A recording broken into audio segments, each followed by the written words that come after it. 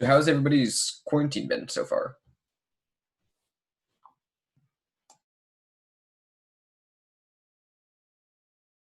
Pretty good, if I do say so. Anybody can unmute if they want to talk.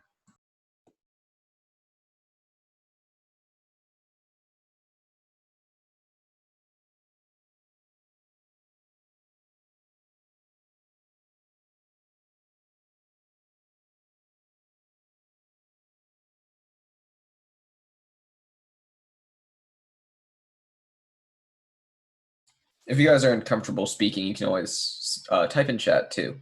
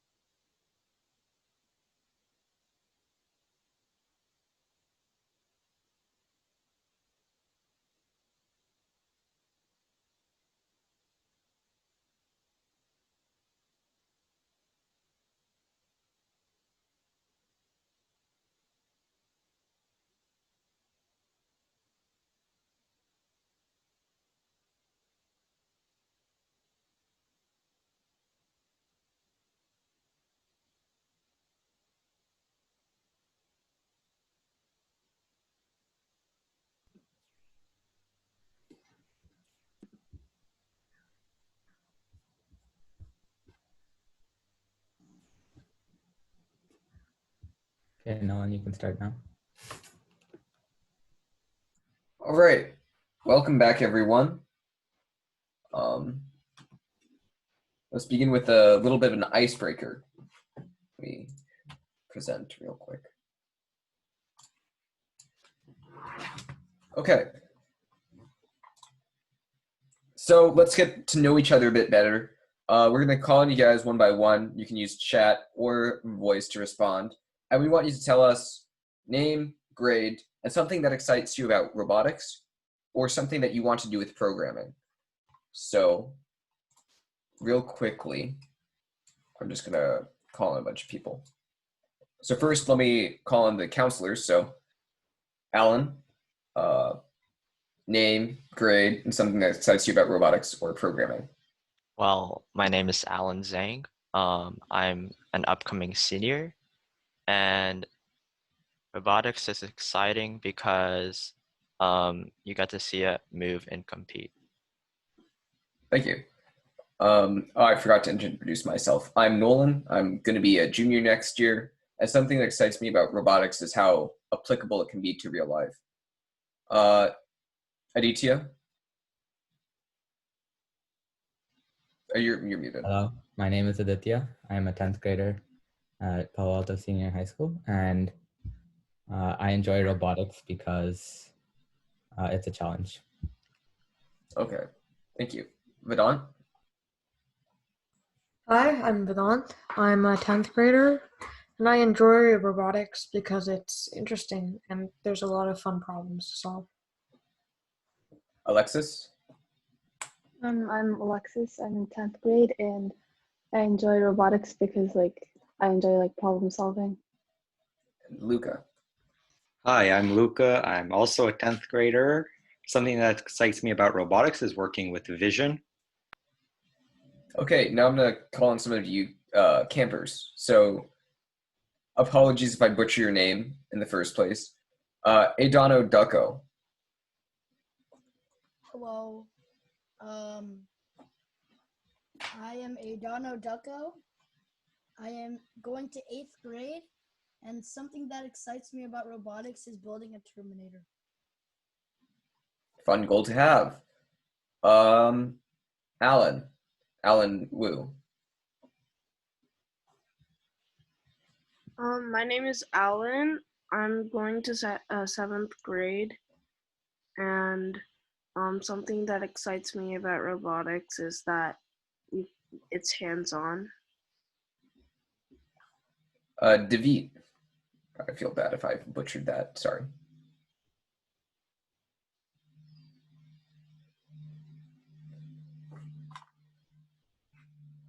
Yeah, you can. Okay, moving on from there. Somebody who has renamed themselves N.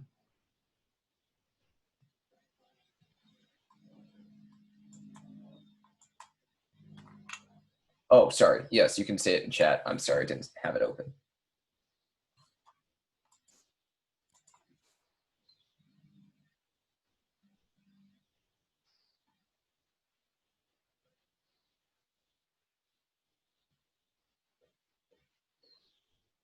All right.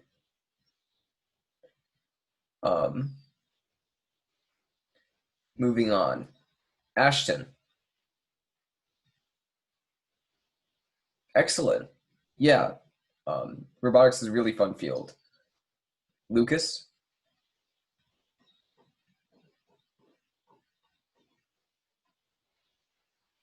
Definitely. AI is really cool.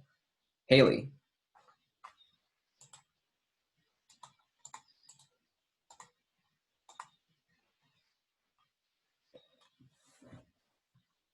Yeah, it's definitely nice to see the payoff from once you've programmed it. Holden.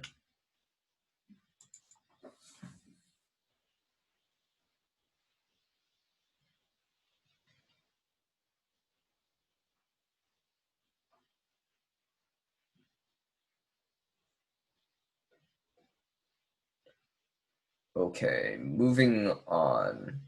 Unless here okay. Oh, cool. Yeah, programming's great. Naomi?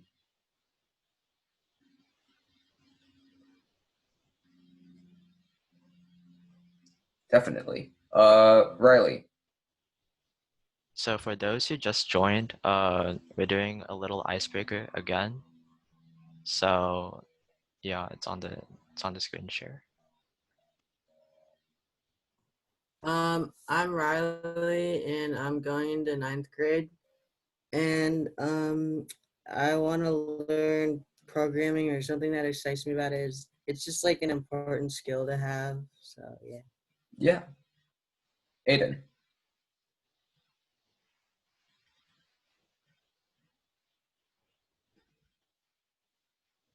Definitely. Camille.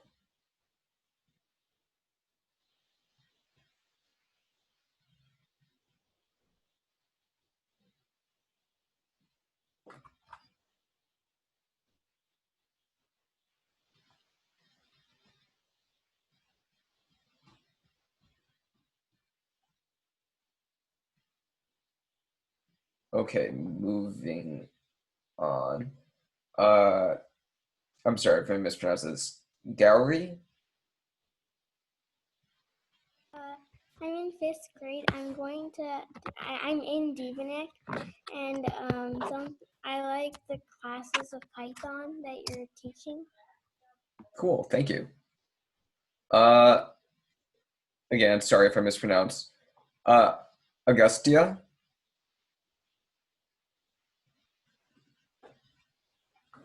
Yeah, it's a fun field. Hannah Hill.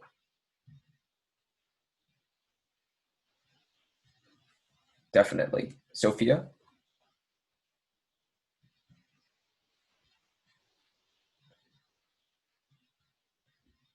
Yeah. Building stuff is as much fun as the problem solving and the programming. Maya?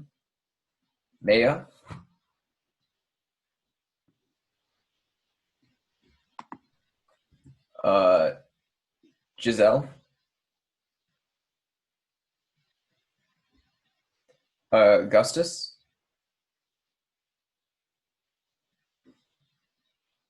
Yeah, definitely. It's very versatile. Have I not gotten so far? Nathan?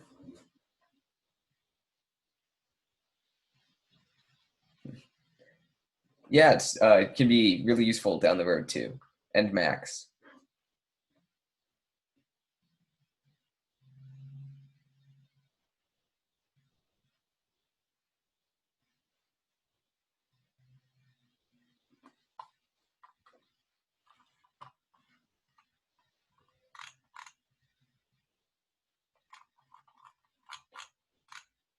Okay. So with everybody being introduced and stuff, hold on, let me see if I can make this more full screen. Looks like I'm unable to. Let's go a bit into review. So if you missed the last class, basically we are going to go over a bit of the basics of Python. Yeah. And if we missed you, please go ahead and type in your self-introduction at any time. So the review here is we're going to be going over stuff we went over last class. And it's okay if you missed it, but it's probably better if you had seen it. Okay, so first things first, we're going to create a repl.it account. If you haven't done this already, this is really important because this is how we're going to be programming in the first place. So you are going to want to go to repl.it. So that is a website. And then it should say, if you haven't created an account already, it should say something about creating an account. So create one with your school account, school email account right now. So if you haven't done that, please go ahead and do that. It's very important. And yeah, if you need any help, message any one of us with the username that says Paly Robotics. We're here to help.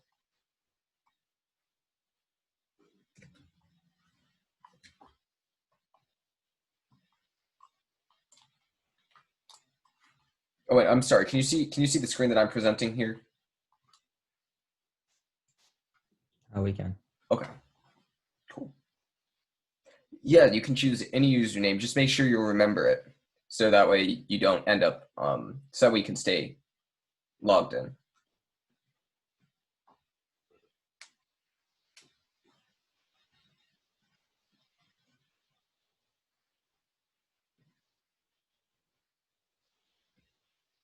Yeah, of course. I just want to make sure that everybody has a repl.it account. So if you already have one, excellent.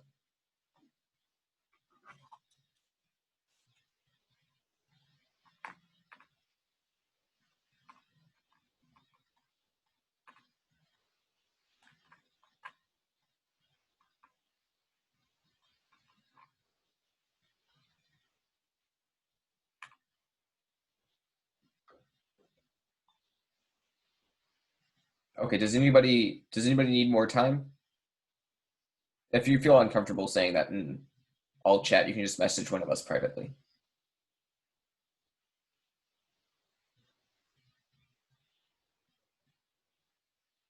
Okay, I'm gonna assume that nobody needs help right now. And so I'm gonna move on. So you're gonna want to create a new REPL.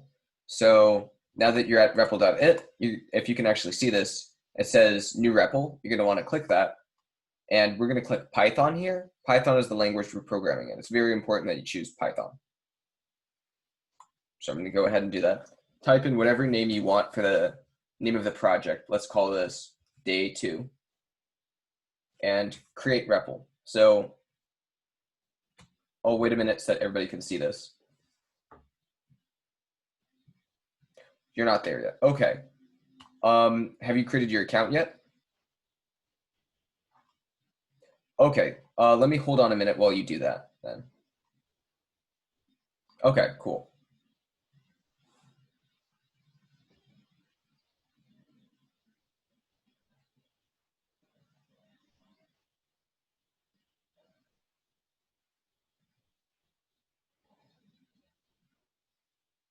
Okay. So hit anybody else need to create a new account? It's important that you do it now.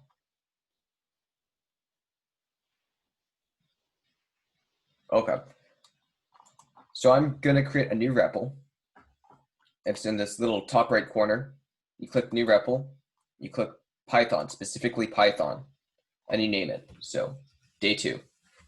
Everybody good so far?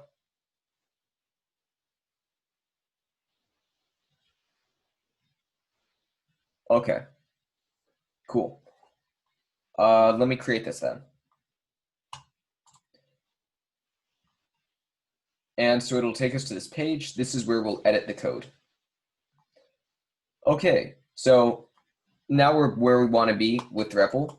I'm going to continue on to how it actually works. So on the left hand of the REPL, there should be a little area where you can type. That's where your code is going to be written. It's white. And on the right side, there's a dark blue box, and that shows what actually gets output from the program. So in order to actually output anything, you need to run it, and there's a green button at the top that says run. So, for example,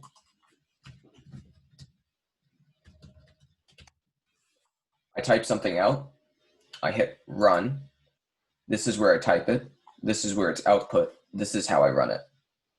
Make sense to everyone so far?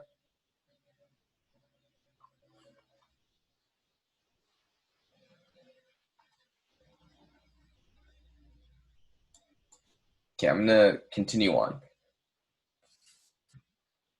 And so variables, let's review them real quick. So a string is a type of variable that you create by typing anything in between quotations. So it could be letters, numbers, even symbols, but it needs to be between the quotations. That's how the programming language knows, oh, this is a string, not an integer, which is coincidentally the next thing. Integers, they're whole numbers. So 0, -1, 1, 2, 3, 4, all integers. However, the moment you add in a decimal, it becomes a float. So this is a float right here. X equals 1.5. 1.5 is a float because it has a decimal. It could be very long, but so long as it has a decimal, it is it's a float. Fractions are also floats. Anything that's not a whole number is a float, essentially. Right, and so sorry. In each of these cases, X is the name of the variable we're creating, and we're giving it the value of the thing on the right. So you could say X equals hello world. You could say X equals 1. It can be anything you want, so long as you're defining X as something else. And finally, Booleans. They are true-false values. They only have two possibilities, and that is true, false. So there's a bit more, they're really cool, they're very simple, and I'm going to go a bit more in depth into that in a little bit. Actually, my colleague Alan will. And here are functions. Yes, that's correct. Here's some common functions. So print hello, you print hello to the console. So the print function is a little thing that when you type, you add 2 parentheses, and that means that the thing on the left, the print, is a function. And then it calls hello. So we already have an example here. Print hello world. So this is one of the many functions included with Python. So they have a few like this. So all you have to do is type in a string. Remember, a string is a variable with a value in between quotations. So something like this, right? All you have to do is type that in between the the open parentheses and the closed parentheses, and it should print out the value. So if we run this, prints out hello world. Does that make sense? Are there any questions so far? I know it can be a little confusing starting out. Any questions at all? Okay, I'm going to move on then. So we have var equals input. If you remember this one, it essentially creates a string that is the value of what the user types in response to an input. We have int var, and that converts a string to converts a variable from a string to an integer. So what that means is if I have a string that says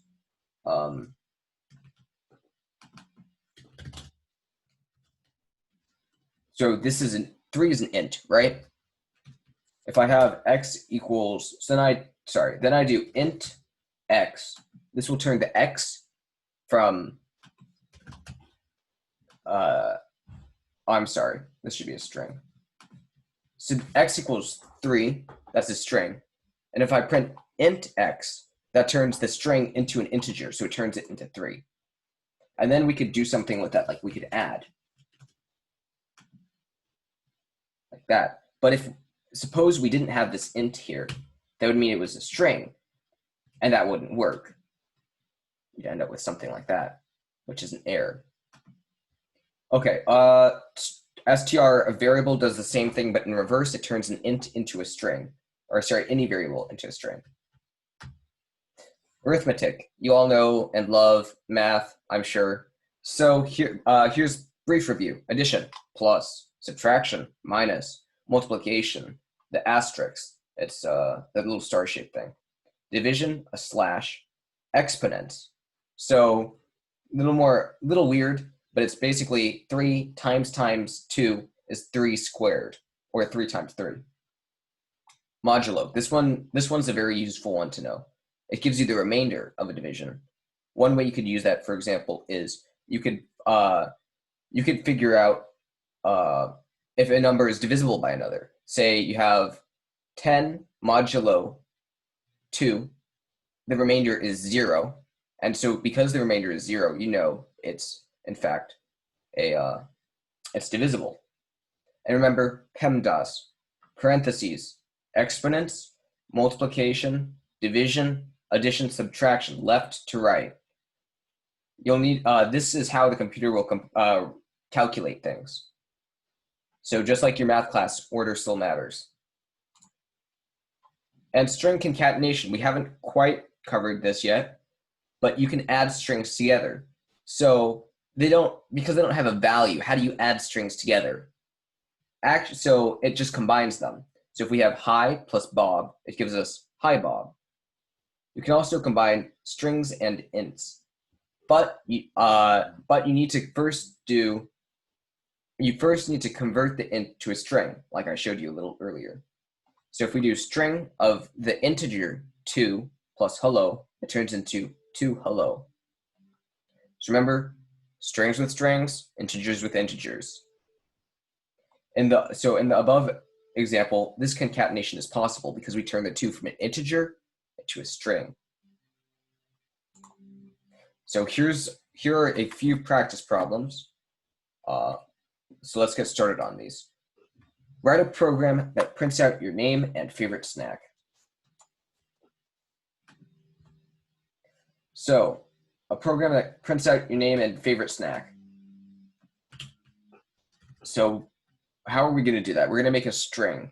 So my name is Nolan, and my favorite snack is soda. So I'm going to type that, and then you can see how it's a string, so it's going to print Nolan, soda. What's the format for a while loop again? We haven't actually covered loops yet, but real quick, while... Yeah, we'll cover loops tomorrow. It looks a little something like this. While condition is met, and then like that. So we'll cover that tomorrow. Write a program that computes the result of the following math problem. Ooh, that. Let's let them work on these on their own. Oh, I'm sorry. Yes. So you heard the man. Let's. Why don't you work on? Sorry. Right now you're doing the REPL. Yeah. You're doing the REPL project. So can you open the questions up? I'm sorry. Am I sharing the wrong thing? Yeah, you're showing your REPL project. Apologies. Here are the practice projects.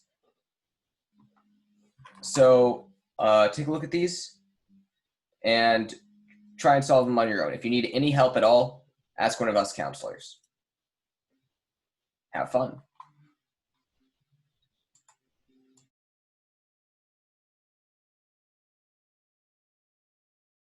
Shall we split into breakout rooms?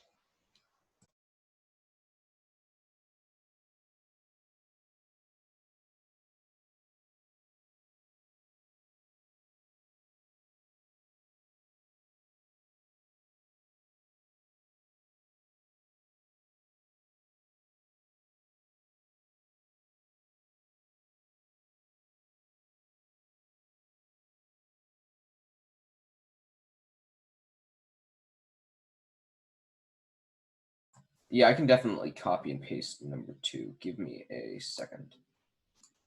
That is the wrong way.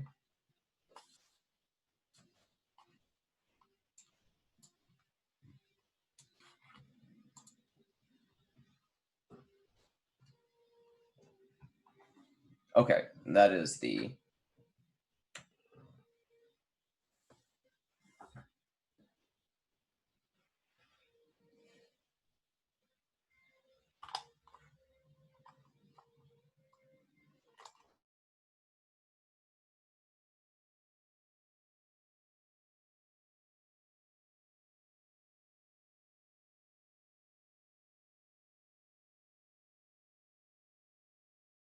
That's my bad. I accidentally messaged one person instead of everyone.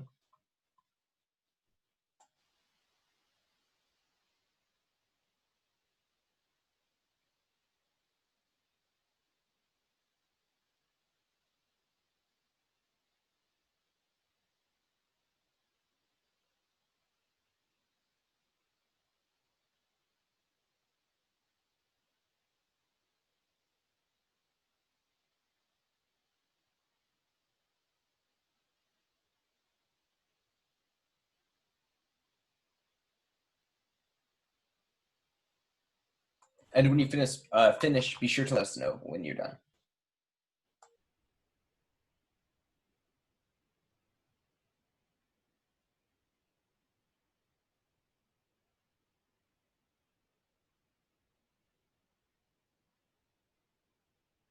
Didn't we already do all these? These are modification of the questions you got the other day, so they're different.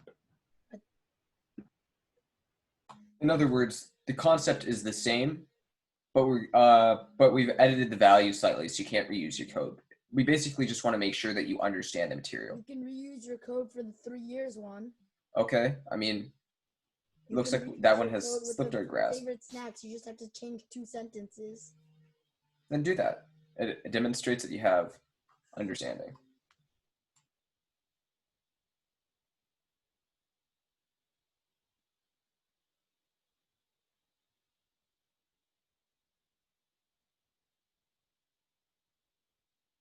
Yeah, this stuff is the most important stuff you have to learn, so it's good to practice a lot.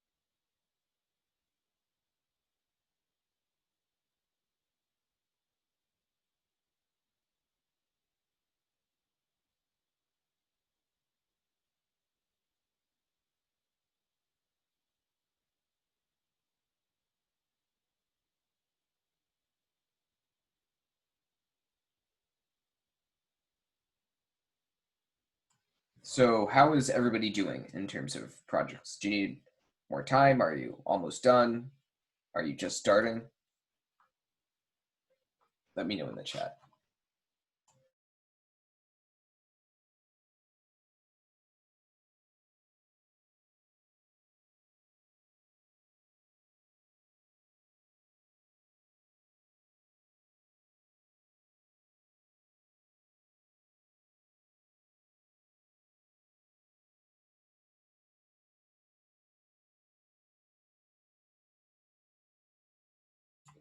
Okay, so I'm going to give it another 3 more minutes for time, and I'll wait until then.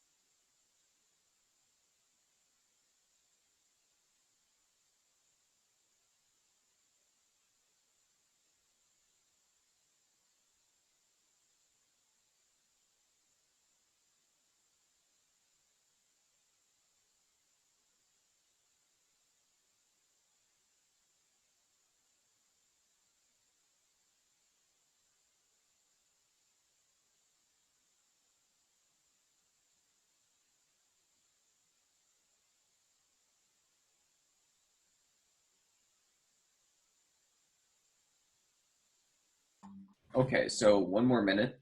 It's okay if you don't finish everything, but it's important that you understand the concepts behind how you would solve it.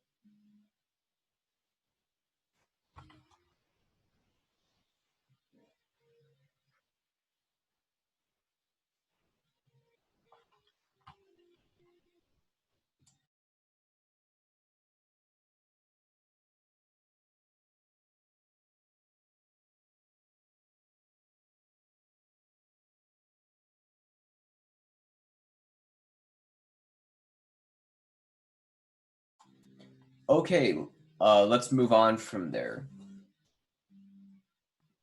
And Kahoot. Everybody loves Skip Kahoots. the Kahoot for time. Hmm? Let's skip the Kahoot for time. Okay. Yeah. We are running a bit behind schedule, so moving on from there. Let's move on to conditionals, and I'll let my friend Alan take it away.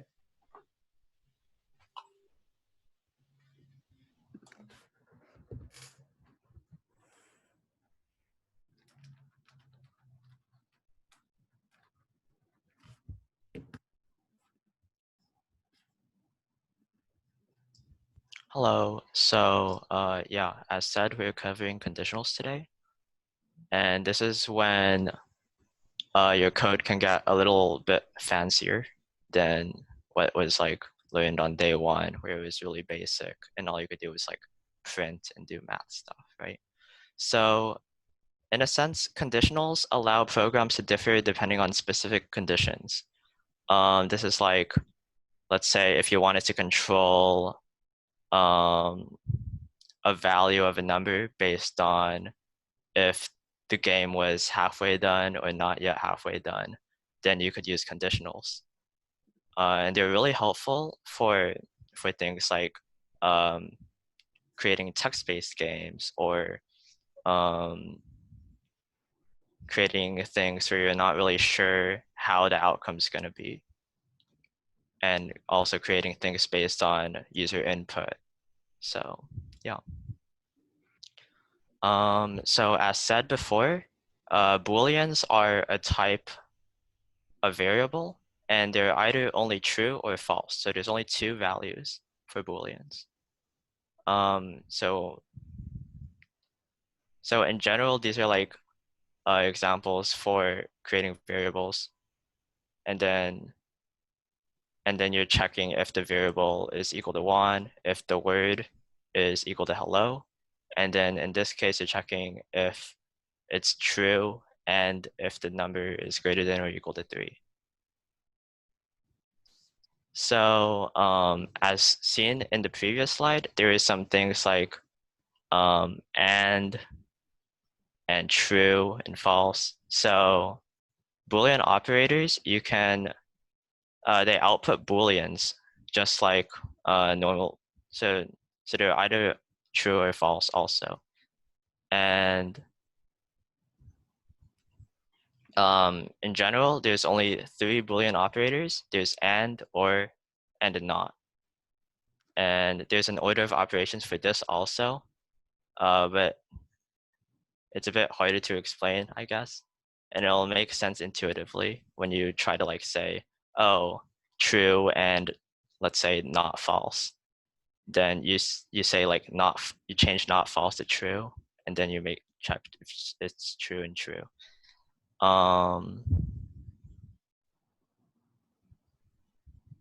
So in general, when using and, you're comparing two Booleans, and then you're checking if both Booleans are true. So in this case, if one of them is false, then the output will also be false. However, when you're using or, only one of them has to be true. So in this case, because one is true and the other one's false, it still outputs true. But if they're both false, then it also outputs false. And then not true just changes it from true to false and from false to true.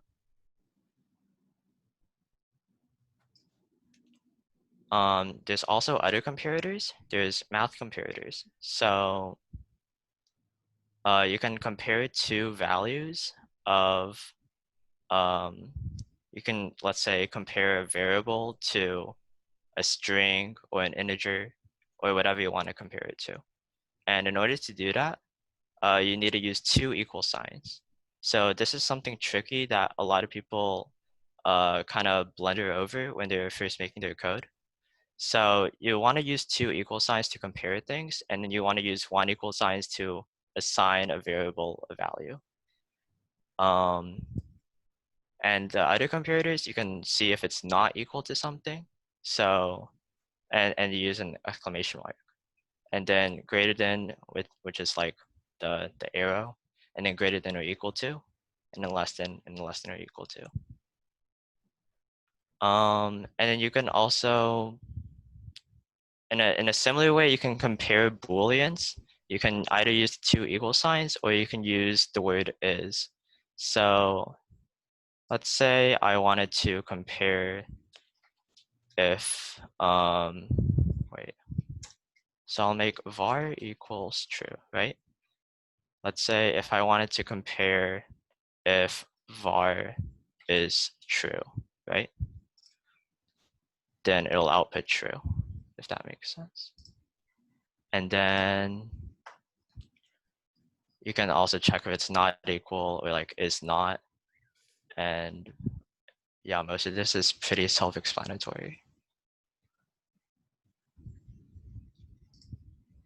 So for a bit of practice, you guys can look through each one of these and then raise your hand when you know the answer to all 3 of them. And I'll give you guys like a few minutes to look through them.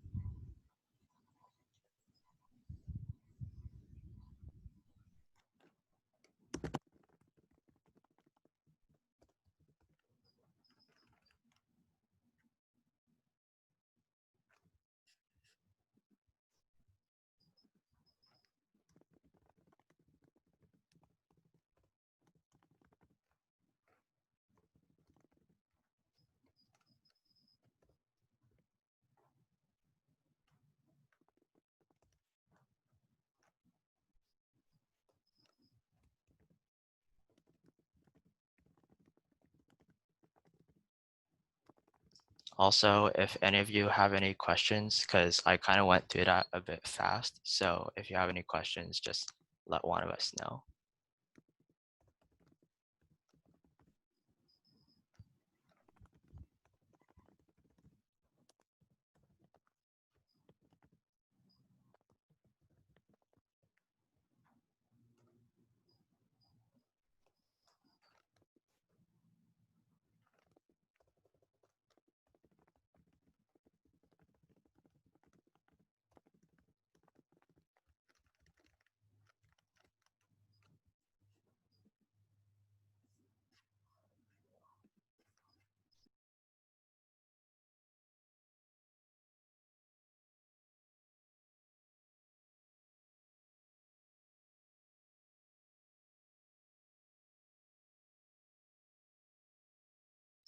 Also, if you want me to like go back a few slides to re-explain something, just unmute and let me know.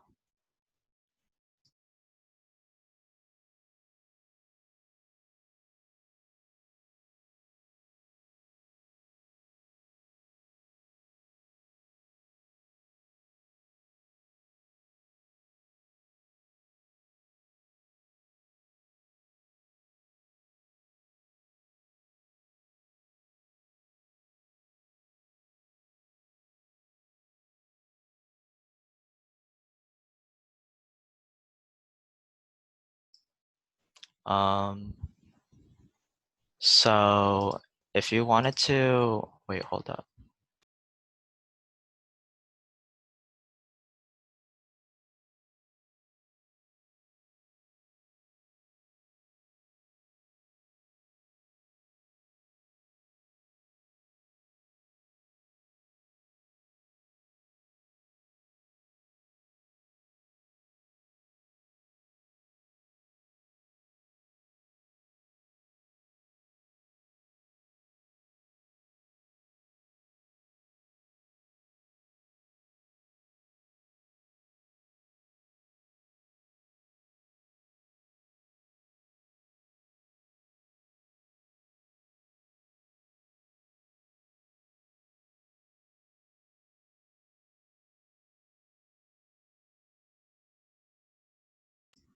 Does anyone need a bit more time or?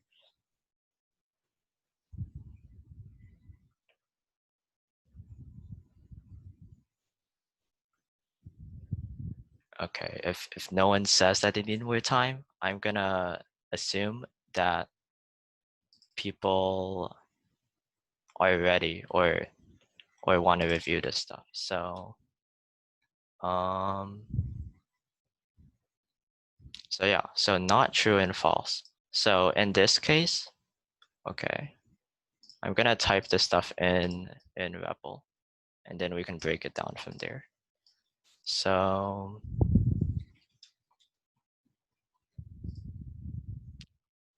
in this case, we're gonna look at the parentheses. So true and false. When you're using the word and, you're trying to see if both Boolean expressions are true, and in this case, they're not. So because this one is false. And so this whole thing becomes false, right? And then using the order, you can change not false to true, right?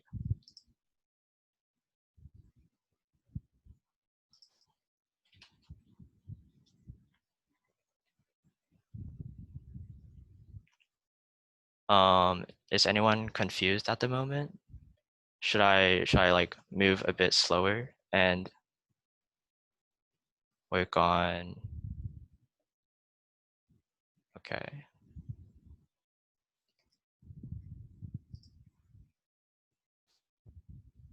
So I'm getting that quite a few people are confused about some things. So I'm gonna go back and review each one of these comparators. So you can compare it to numbers, right? Let's say you wanted to compare 2 to 3, and you wanted to see if they were equal to each other. Now, this wouldn't really make sense normally, but you can replace these numbers with variables, and then you can compare variables. So in this case, since 2 is not equal to 3, then this would be false, right? And something that's tricky, you do not want to have 1 equal sign, because it'll be like, you can't do this. And you need 2 equal signs. So make sure that you have 2 equal signs when you're comparing numbers. Now, if I compared 3 to 3 and checked if it was equal to each other, then it would be true. Yeah. And then let's say if I wanted to check if 3 is greater than 3. So I would just replace the 2 equal signs with this greater sign, and then it would output false, because 3 is literally the exact same value as 3. Now, okay, let's do var1 equals 3, var2 equals 4. So it would work the same way with variables. You would just replace the numbers with the variable names. And then it would just check the value of the variables. Now you can also do like greater than or equal to. But 3 is not greater than or equal to 4, so it'll output false. And then if you want to say like less than or equal to, you did a less than sign or greater than sign, and then the equal sign. If you do it the other way around, yeah, it doesn't work. So yeah, since 3 is less than 4, this prints out true. And then let's see. For Boolean operators, you can say like print true, right? And this would just be true by itself. So there's true and there's false. So in Python, whenever you use these two Boolean values, you have to capitalize the first letter. So in this case, you have to capitalize T in true or F in false. And then if you wanted to do some operations on these Booleans, you can use these three words. So and, or, and not. So true or false, this checks if one of them is true. And in this case, since the first one is true, then it'll output true. Oh, bless you.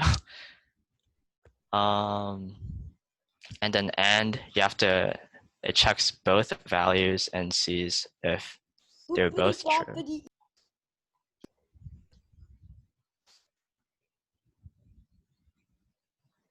So yeah, since one of these is not true, then it'll print out false. And then if you do true and like not false. So not changes false to true, and then you can do stuff with that afterwards. So if anyone needs more help with this,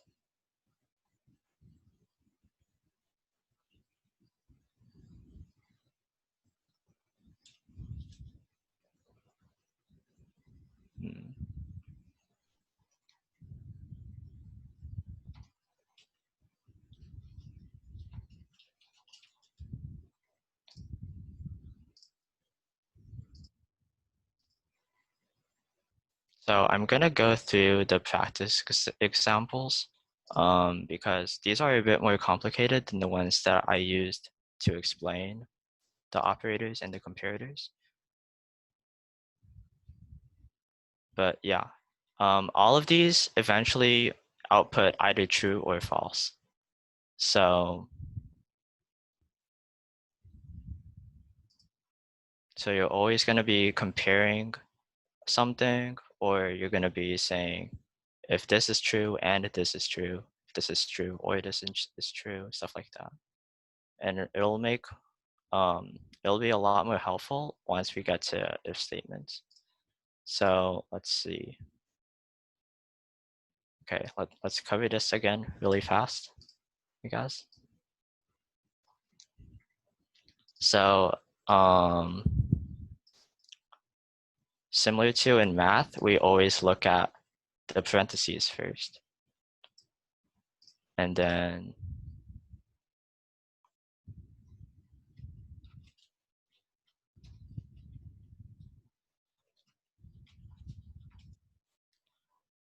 so in this case, since there's an AND word, we look at this Boolean, and then we see if they're both true. And since one of them is false, this whole thing becomes a Boolean by itself that's false. Yeah. And then we make not false into true because it switches the Boolean value to the other Boolean value. And then from here, you just go down the line. Wait, no, you don't. From here, you check if false and true is true.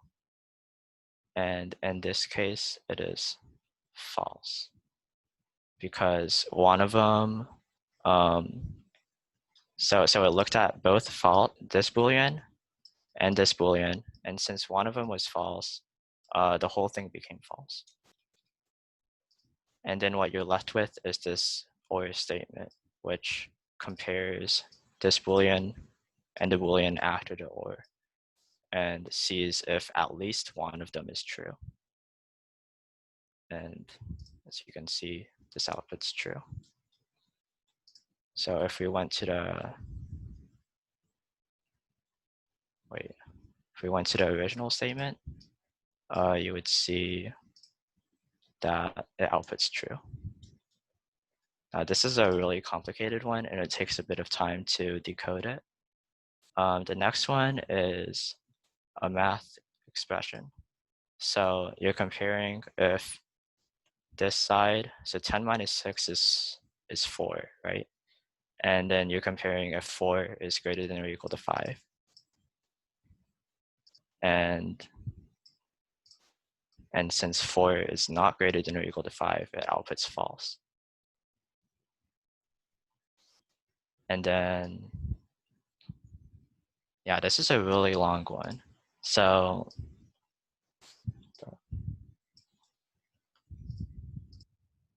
okay, so let's go down the line first. So 8 is less than 5. Is it really less than 5? Not really. So this is false. And then false or not false. So you immediately change the Boolean that's in front of the not to the opposite value. So in this case, you're changing false to true. And then, so we do false or true.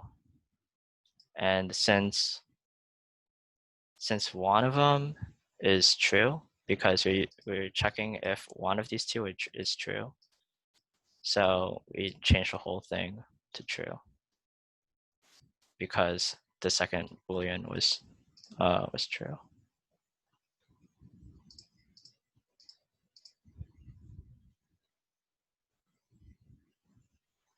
Oh wait.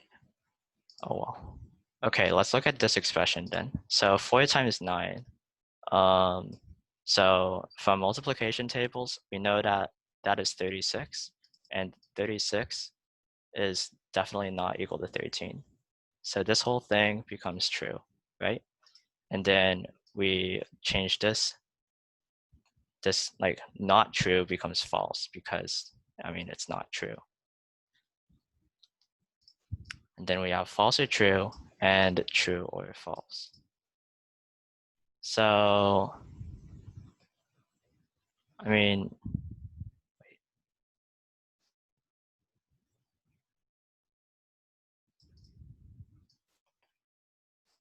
so using the order that we have, we do and first, and then we do or. So we check if true and true is true, right? Because both values is true.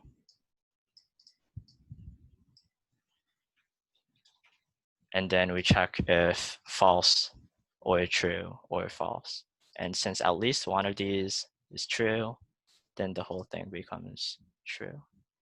This is a little confusing without actual like variables replacing these Booleans because it doesn't really make sense why you would just compare these like falses or trues. But once you have an actual program, then it'll help out a lot more. So, okay.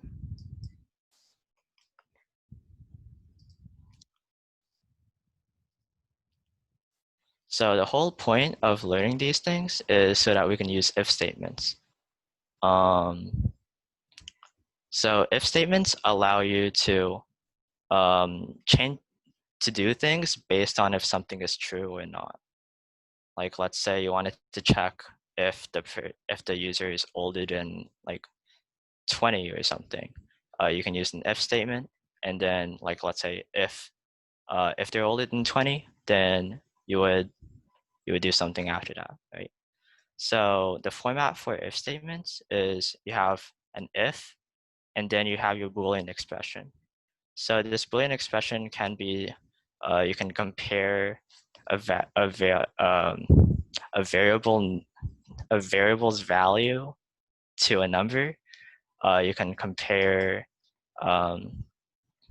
you can see if something happened or not using a Boolean. You can do whatever. In this case, we're checking if 3 is less than the value a and the variable a. And then if you wanted to do something, if this Boolean expression was true, then you would indent, and then you would put normal code after that. So let's go through this example.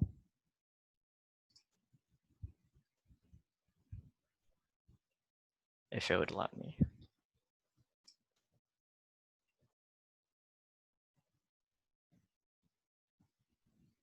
Okay. So let's say we had this variable called age, and we set that to like, so I'm 17 right now, so I'll set that to 17.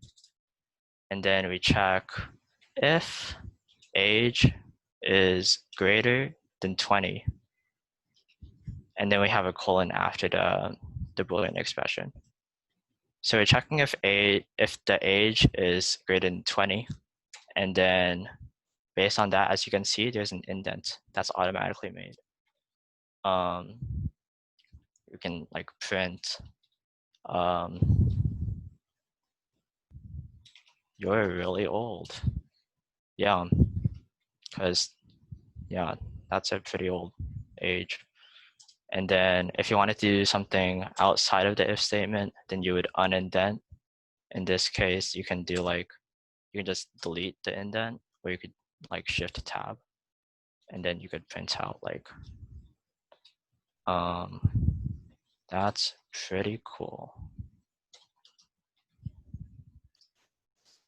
So since I'm not older than 20, I'm not really old, but that's pretty cool because it turns out that's pretty cool because that's outside of the if statement. So you can have multiple lines inside an if statement. You can say like a equals true, and then do something outside of that relating to a. You can print multiple times. You can do whatever as long as it's all indented. And yeah. So if you wanted to make something indented, you can just press tab. And if you wanted to make it unindent, just delete it. Let me know if I'm going too fast on these things. You can just like message me directly or just message in chat. So let's look over this example again. So we're setting the variable a to 3, and then we're saying, oh, is 3 less than a? But since a is 3, 3 is not less than 3. So it's not going to print high. It's just going to print 1 instead. Does anyone have any questions? Or should I try to explain something a bit differently? Or does it all make sense?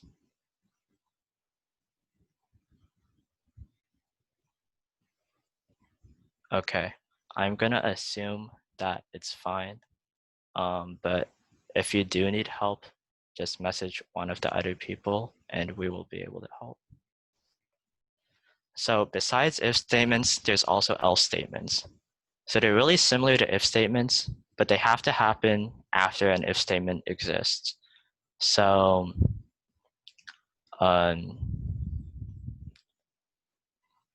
yeah, so over here we have an if statement, and then we check if it's, like, if something's true, right? And then let's say that thing is true, right? Then we'll do the normal code. And then we have this else statement. So it happens, it's outside of the if statement, it's unindented, and it's like its own thing, right? But this else statement only happens if this Boolean expression is false. So if this is true, then it won't look at this else statement. And this is really helpful for like, if you're saying, oh, did this person win or lose? Is this person old or young? Does this person like pizza or not like pizza? Stuff like that. So the syntax is also pretty similar. Instead of having a Boolean expression though, you just don't have anything. It's just else and then a colon. And then you want to indent all the stuff that happens inside the else statement. And then once you want to go outside of the else statement, you can unindent and it'll run like normal. So let's see. So we have this thing, right? So I'm 17 and yeah, we're gonna get to else if. Or in Python it's gonna be called elif. Am I lagging? Anyways, so we have this if statement, right? And then we're checking if I'm old or not. But let's say I'm not old, right? So we type else, and then we have a colon. And then we make a new line, and that automatically gets indented. And then we can print, you're so young, wow. And then as you can see, this is outside of the else statement and the if statement because it is not indented. So let's see what this does. Yeah, so similar to how it worked before, it checks if my age, which is 17, is greater than 20. And since that's not true, it just goes to the else statement and it just prints out, wow, you're so young. That's pretty cool.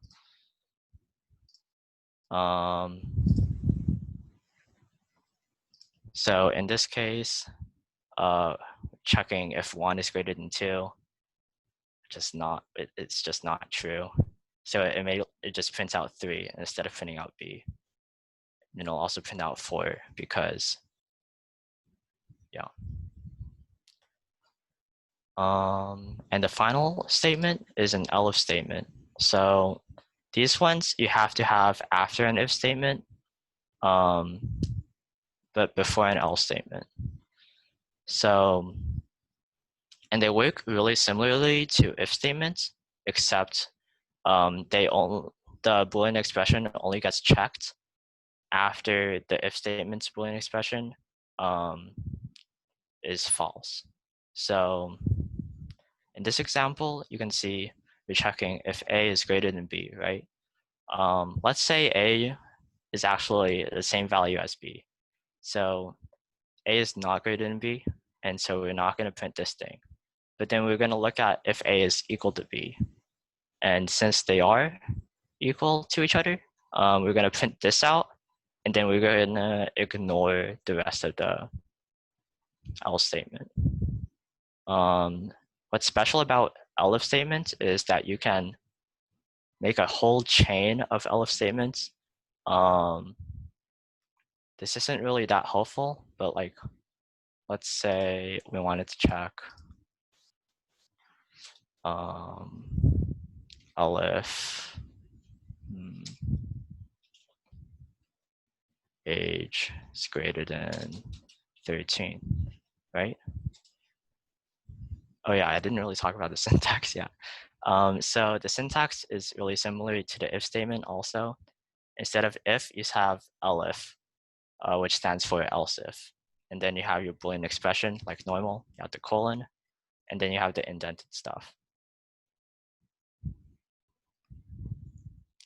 So in this case, I'm checking if my age is greater than 13 this time, and you print.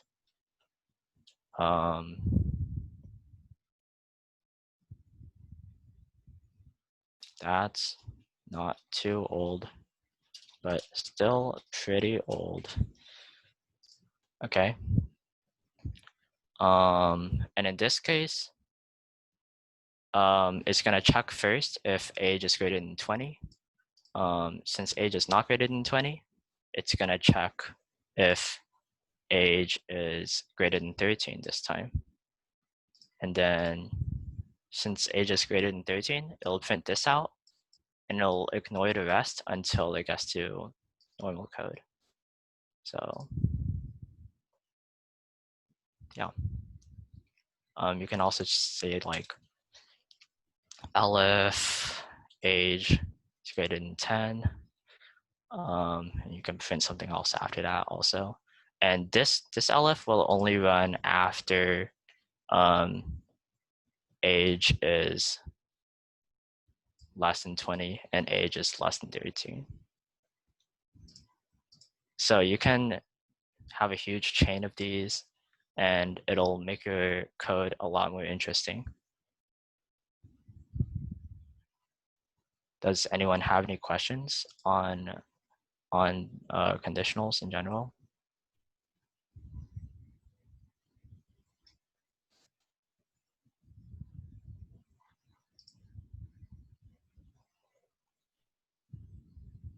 Okay, I'm gonna assume we're fine. If you want to refer to how to create these statements, well, we're gonna do some practice problems right now together, and then we'll move on to individual stuff. So this is practice to see if you know the syntax really well. So in each of these, there's something, or there's multiple things wrong with each one of these that might not make your code run the way you want it to run. And they're all really small things, but it could happen in your code. So we're gonna make sure that you know how to spot it. So yeah, as Sophia said, in the first example, on the very first line, since we're comparing lives to 3, we don't really want to assign lives to 3. So we want to use 2 equal signs. That's a really big one that REPL won't catch until you run your code. I think there's 2 more things wrong with this code that, yeah. And if you see anything that's wrong about these, you can just write it inside the chat. So yeah, in this print statement, Sophia also spotted this one. So you're missing a quotation mark. So if you had a print statement, but wait, hold up. If you had a print statement, but it didn't have 2 quotation marks, then it won't like that. It'll see, oh, end of line while scanning string literal, which means the string never really ended. And I don't know what to do with that. Okay, and someone else spotted, yeah, we need to indent this. So I'm just gonna copy paste this whole thing here. So as you can see, it'll spot that, wait, oh, it will spot. Okay, anyways, so we need 2 equal signs here to compare this variable called lives to the value 3. And then we also need to close the string so that it'll print out this whole thing and know that that's a string.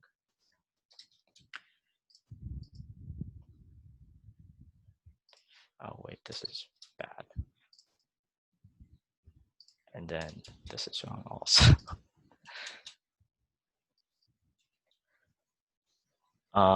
But yeah, we also want to see, we also want to indent this print statement so that it's inside of the else statement. So it's like, oh, you either only have 3 lives, you lost, or you're still going, and good luck. Yep. Now, what about the second one? Oh, whoops. So we're getting the input, and then we have this huge thing.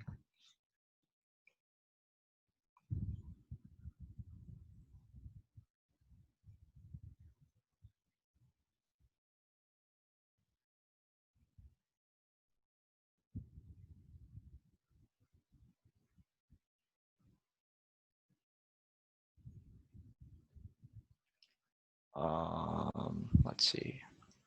I think there's also 3 things wrong with this one. And 2 of them are, I mean, one of them is pretty sneaky.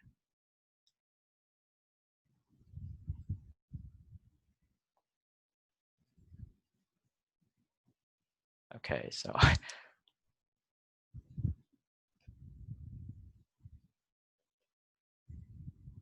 I think there's also one more that you guys haven't gotten yet.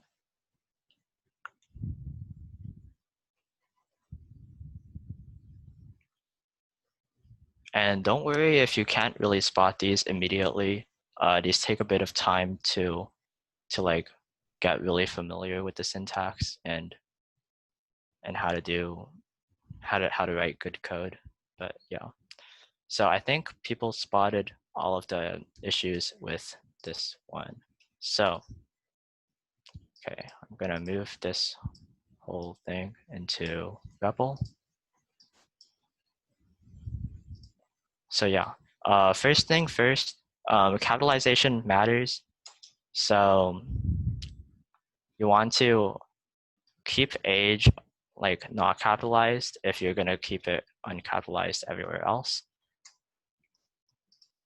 I don't know why the quotation marks are messed up in REPL when you come and copying it. They're messed up in presentations. Oh. When you copy them, it's also messed up. It's like the Unicode. They're straight and not straight ones. Oh well. Oh well. So most people spotted this one where the else statement was not indented. So let's make this whole thing unindented, right? And this happens normally when you forget to unindent when creating your else statement. It might seem obvious when you look at it, but when you're focused on typing out your code, you know, it happens. So let's see. Let me just fix that stuff.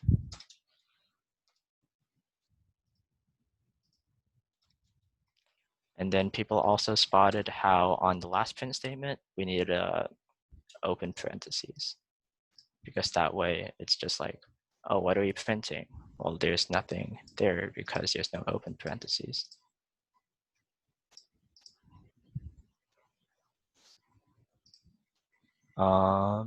So let's try running it.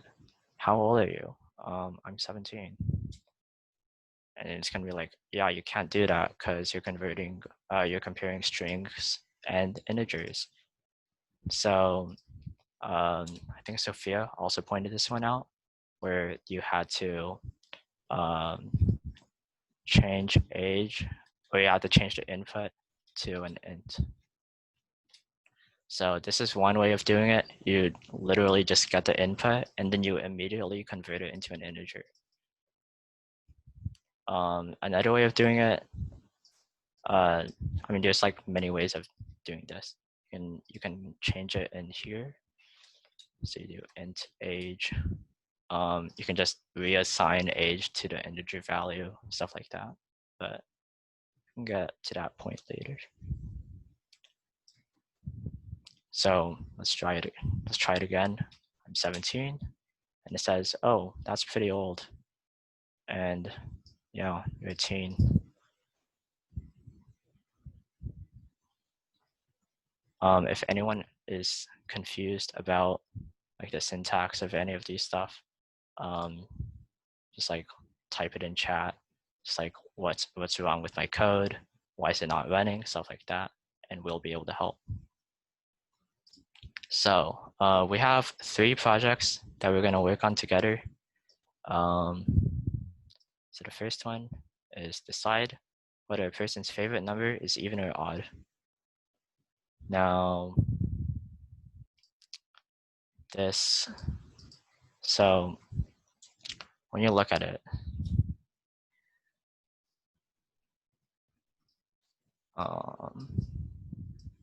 okay, so first off, we need to get the person's favorite number, right?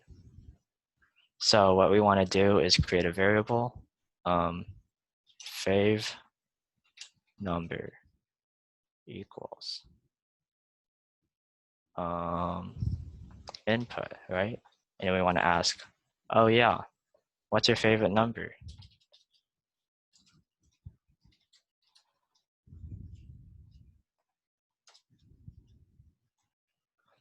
And then I added space here so that looks nice, but it doesn't really matter.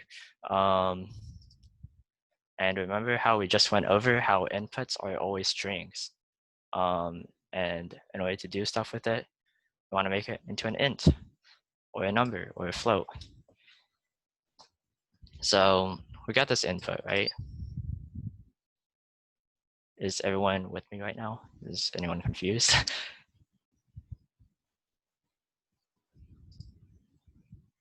No? Okay. So we'll get our input, and then we want to check if it's even or odd, right? So we're deciding whether it's even or odd. So what we want to do is create an if statement, right? So we say, if this number is even. So how do we check if it's even or odd? This is a bit different, and we're gonna have to look at this. Wait, where is it? We're gonna have to look at arithmetic to do it. So it's one of the special things that you don't really do in math that often. Once you guys find it, just type it in chat.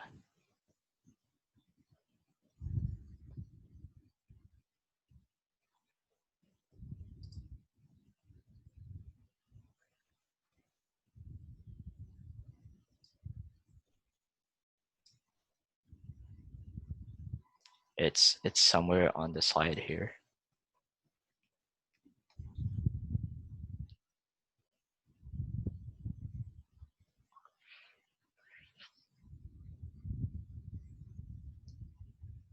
Okay, so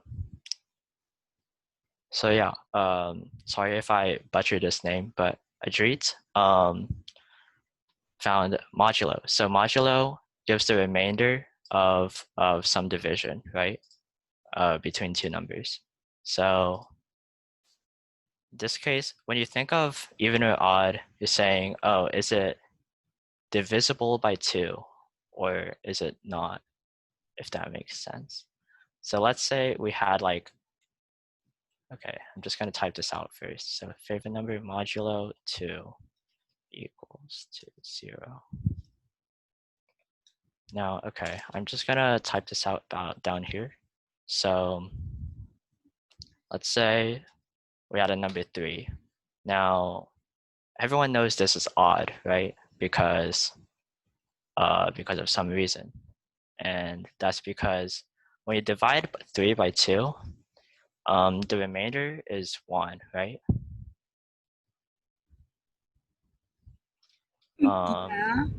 And if you want to do, like, you could do that with any other odd number. If you divide 15 by 2, the remainder is also 1. But for even numbers, if you divide 14 by 2, then there's no remainder. It's perfectly divisible.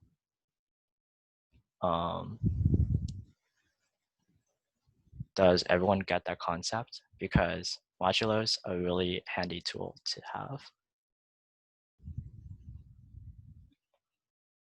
And if someone doesn't really get it, or if you don't really get it, just ask one of us in chat, and we'll probably be able to explain it in a better way that makes sense. So for this problem, we're gonna have to check if it's divisible by 2. So in this case, we're checking if it's even.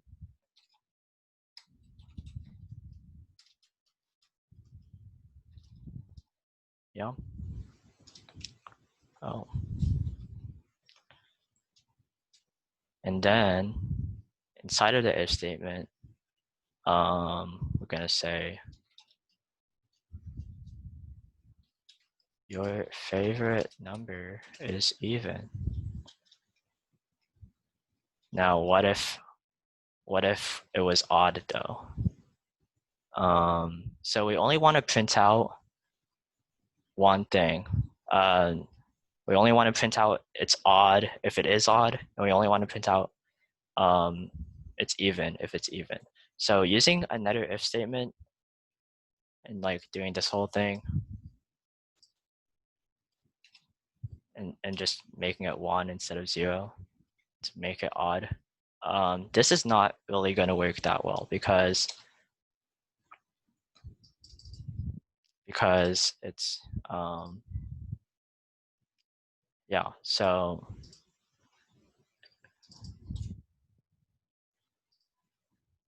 if you ran this, what's your favorite number? Freaking 24. So it'll work for even numbers, right? But if we set like 23 or something,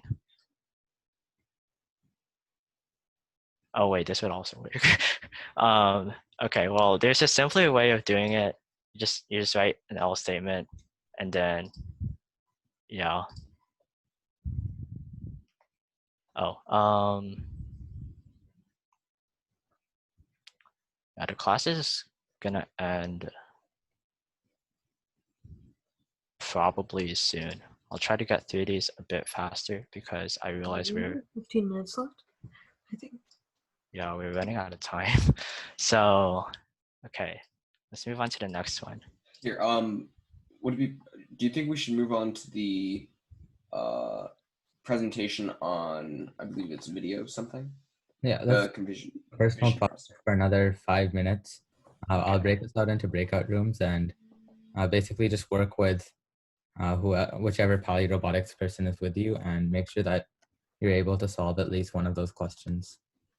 Are we doing that right now, or? Yeah, let's do that right now. Okay, so yeah, so we're gonna be working on projects that are mostly focused on conditionals and if statements and stuff like that.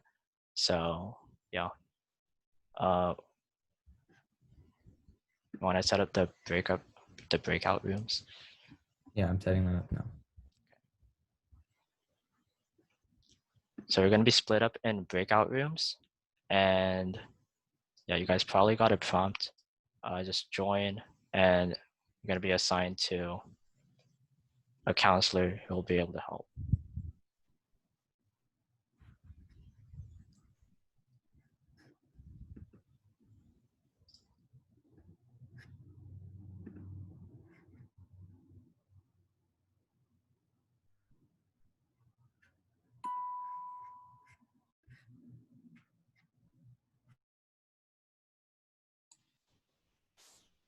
All right, hello everyone.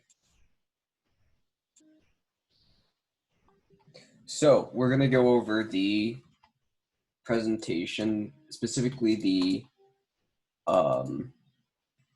projects. So let's go through them quickly. Let me share my screen. Can you see this?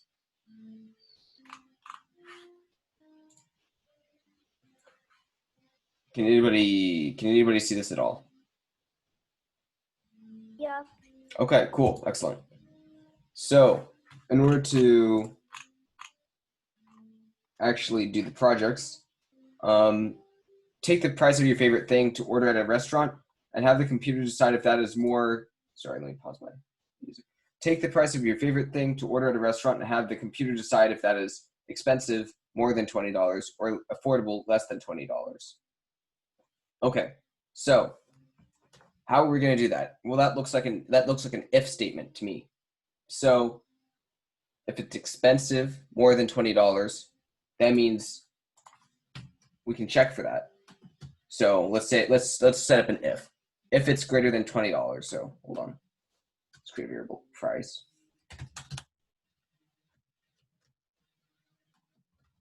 So this will turn the entire input into an integer.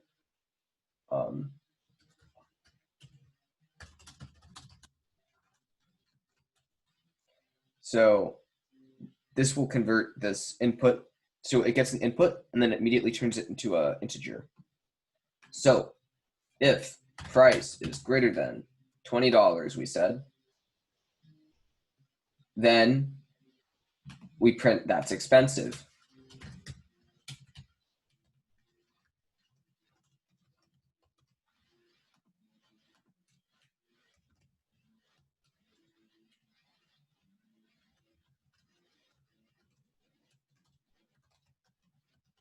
And we're using the else here because the only other case we could have is if it's not expensive, it has to be cheap, or at least not expensive. So we run this. How much are you paying? Well, I don't know, let's say $25. That's expensive. How much am I paying? Let's run that again and see what happens if I respond with 15. That's not expensive. Does that make sense? We're using the if here to print and see if it is expensive or not expensive. So the if checks it, and then once we know if it's not greater than $20, it's either $20 or less, and that's what the else is. So therefore, it's not expensive. Does that make sense to everyone?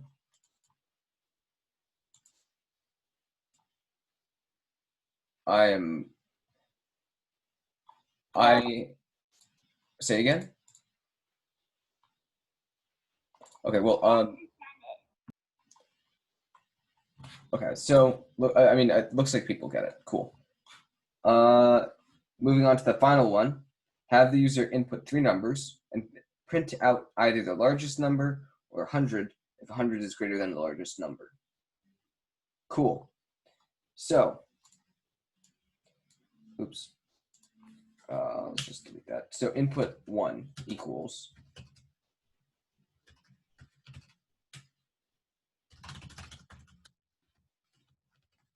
So we're going to ask them what the first number is. Okay? And then we're going to do the same trick where we turn it immediately into integer because we know that's what we want.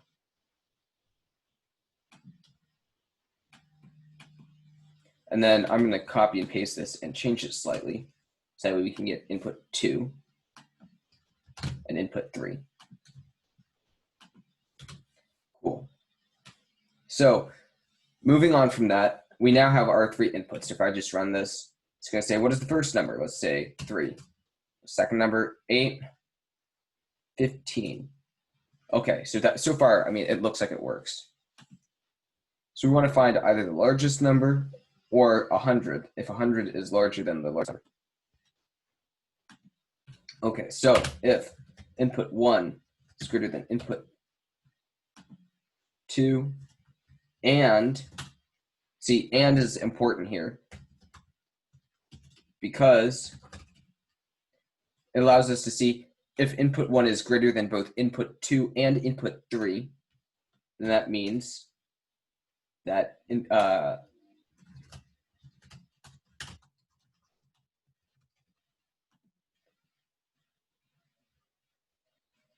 so I forgot the quotations here, so I need to add them. And I'm going to copy and paste this to do the same thing for input 2 and input 3.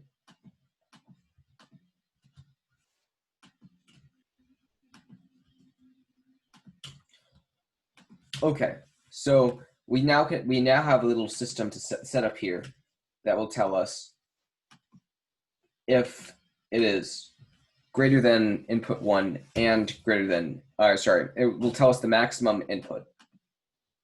And so we want to print out either the largest number or 100 if 100 is larger than the largest number. So that we have this, it tells us the largest number. So we need to check again in here because so if we reach this segment of code, we know input 1 is the greatest number. So what that means is if input 1 is greater than 100, print 100. Otherwise, print input 1 because we want to print whichever one is. If it's greater than 100, we want to print out input 1. Otherwise, we want to print out 100. So if input 1 is greater than 100, print input. Else, this means that it wasn't greater than 100, so we print 100. Does that make sense?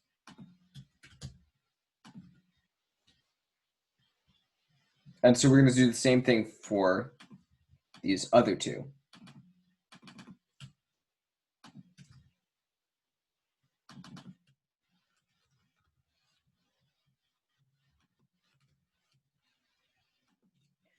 Okay, so to summarize, this first thing tells us, oh, which one is the maximum. This next one tells us which one is the maximum as well. It basically checks, this first one checks if 1 is greater than 2 and 3. If 1 is greater than 2 and 3, it's the max. If 2 is greater than 1 and 3, it's the max. If 3 is greater than 1 and 2, it is the max. So therefore, we need to check each one of these. If the one that could be the max is greater than, or if the max of those 3 numbers is greater than 100, we print out, oops, that should not be an input, that should be input 1, 2, and 3. We print out the value. Otherwise, we print out 100 because that's bigger than the maximum of the 3 numbers. So let's try that again. What is the first number? Let's say 8, 10, 15. That should not be. What is the first number? Apologies.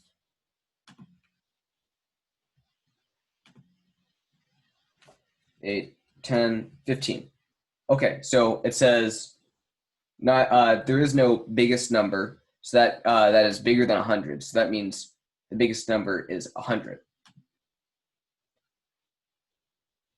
And that matches this. So now let's try a different input. Let's say, let's run that again, but have the biggest number be greater than 100. So let's say 25, 75, or no, let's make this 150, 28, 150. Okay, does everybody understand how we got here? If you can, give me a thumbs up if you understand.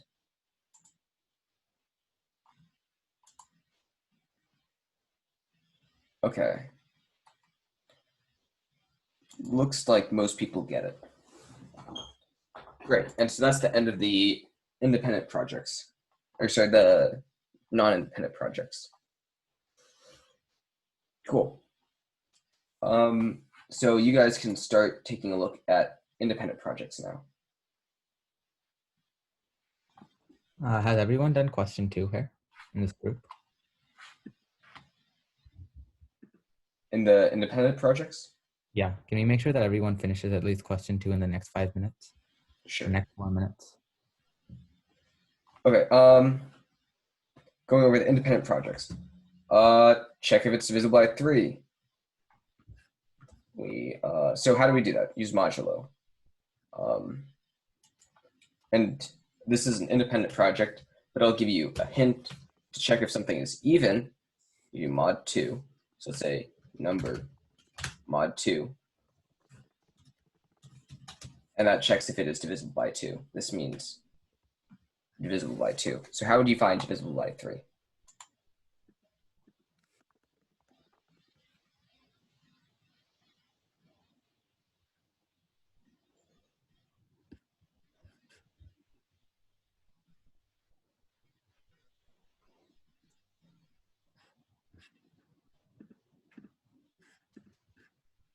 Because if something is divisible by 3, then it should be, the remainder should be 0, and therefore mod, so any number mod 3 equals, if any number mod 3 is equal to 0, that means it is divisible by 3. Have you gone through question 2, Nolan? Not yet, sorry. That's the main one. Okay. Work on that. Check if a number is greater than like- or less than another number. 2 minutes left, so Say again? you have like 2 minutes, so just make sure that Okay, everyone finishes. I will run through this one. Check if a number is greater than or less than another number, both input by the user. So how do we find input? Input.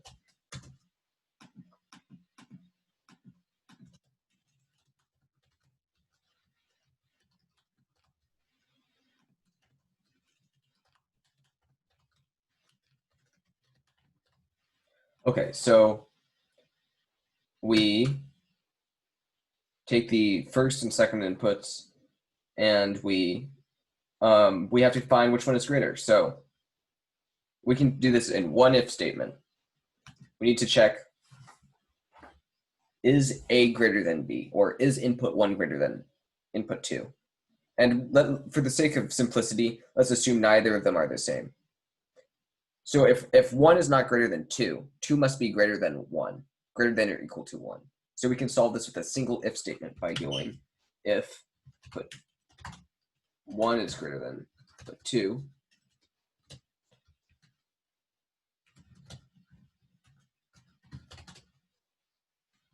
And then here's the kicker. We use else here. And this tells us exactly what we need to know. Because we already know input 1 can't be greater than input 1 can't be greater than input 2 if we reach this else. So that means that input 2 has to be greater than input 1. So print input 2. Does this make sense? Do you guys thumbs up, thumbs down? Understand? Don't understand?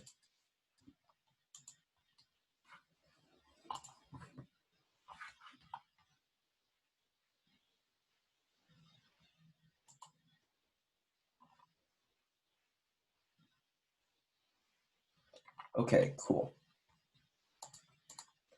Seems like most people get it. Now finally, moving on to value 3, or problem 3, sorry.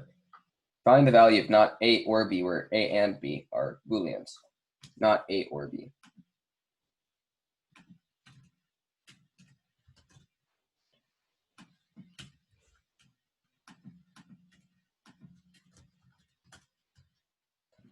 Nolan, are most people done with Two? question 2? Yes. Everyone's done with question 2? Okay. Okay, cool. We're gonna move on to the next. Okay. Okay, so finally find the value of not A or B where A and B are Booleans. So let's remember first get your input. There's a minute left. Yeah, I'd try and figure this one out how to do it on your own, but it revolves around finding the input of A and B. Like you find the input of A, then you find the input of B, and then you just put this into an expression and you print this out. And yes, okay, so these will close in 30 seconds, so let's leave the breakout room.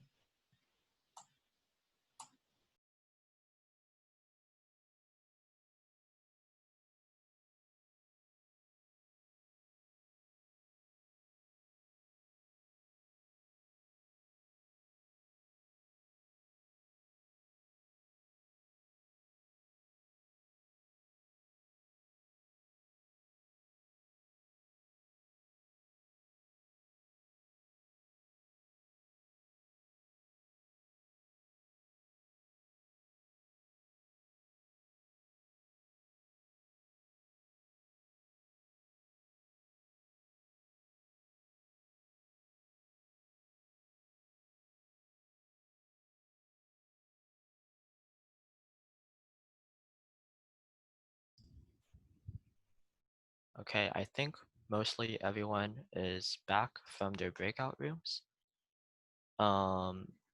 So now we're gonna be talking about, hold up. Well, Aditya is gonna talk about this concept about computer vision processing.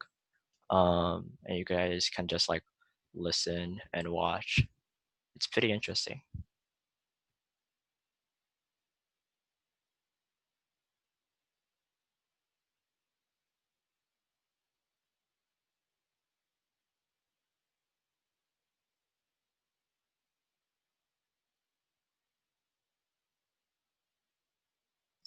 Oh wait, Aditya's gone. Okay. You want to try to get that or? Oh, he's back. He's back. Oh, okay. Let's do a D2. We only have 2 minutes. Do you want to speed it through or what? Okay, it's speed time.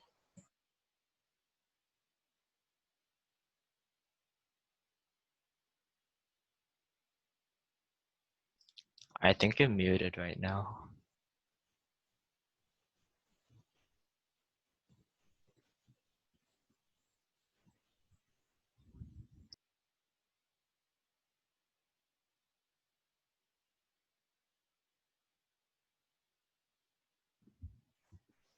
Sorry, I was muted. Computer vision processing. What is it and how does it work? What is computer vision processing? Computer vision processing is how a computer finds an object in an image.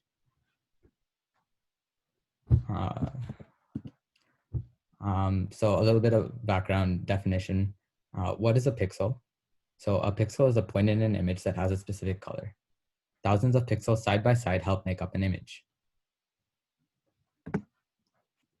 So in this presentation, we're going to focus more on color vision processing.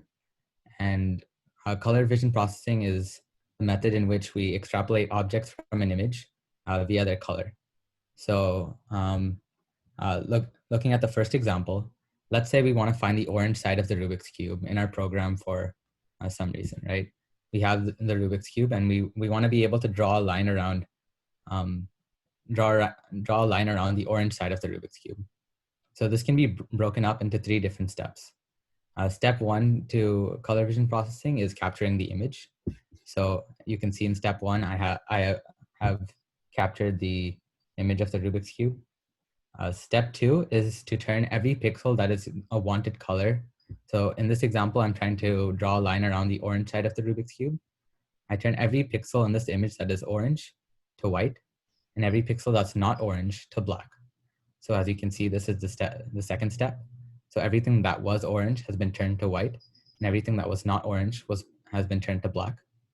And the final step is you take the outline of the white part in this masked image, and then you overlay that onto the original image. So what you get, the result you get is you get a line around around the orange side of the Rubik's Cube. Same way in the second example. In the second example, I'm trying to find the blue color of the Rubik's Cube. The way it's being done is first I capture the image. Then after that, I look for every part in the image that's blue, and I turn every part that's blue into white, and every pixel that's not blue to black. So that's the second step. And after that, I take the outline of all the white pixels here, and I overlay that onto the original image. So as you can see, the program has drawn a white line around all the blue pixels in the image. And so we have a line that's detecting all of the blue face of the Rubik's Cube. So now I'll give you a live demo. Skip.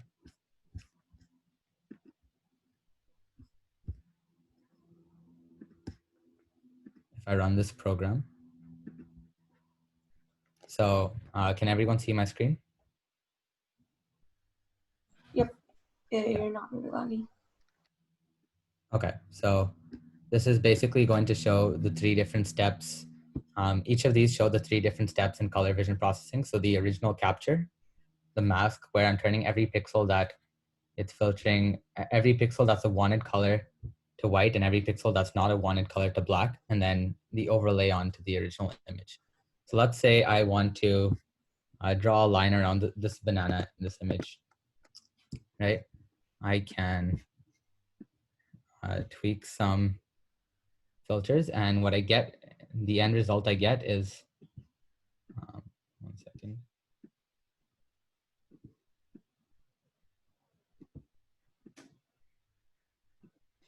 So I tweak some parameters.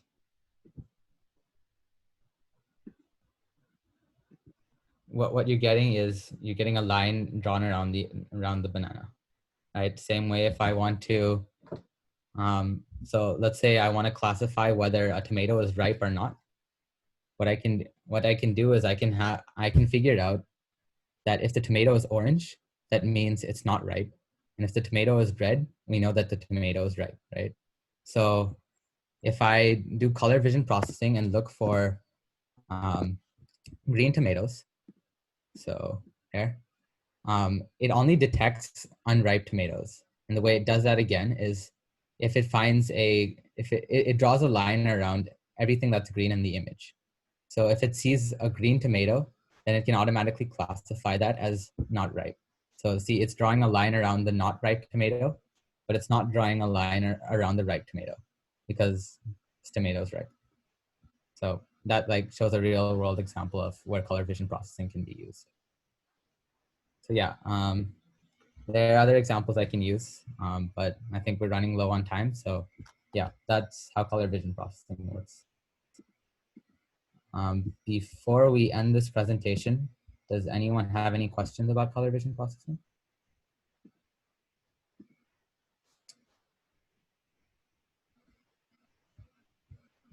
Any questions on how it works? Or yeah, anything in general?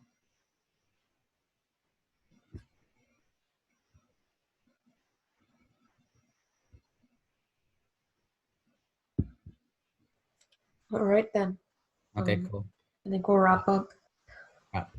Thanks everyone for coming. Yeah, thank you so much for coming. We really appreciate it.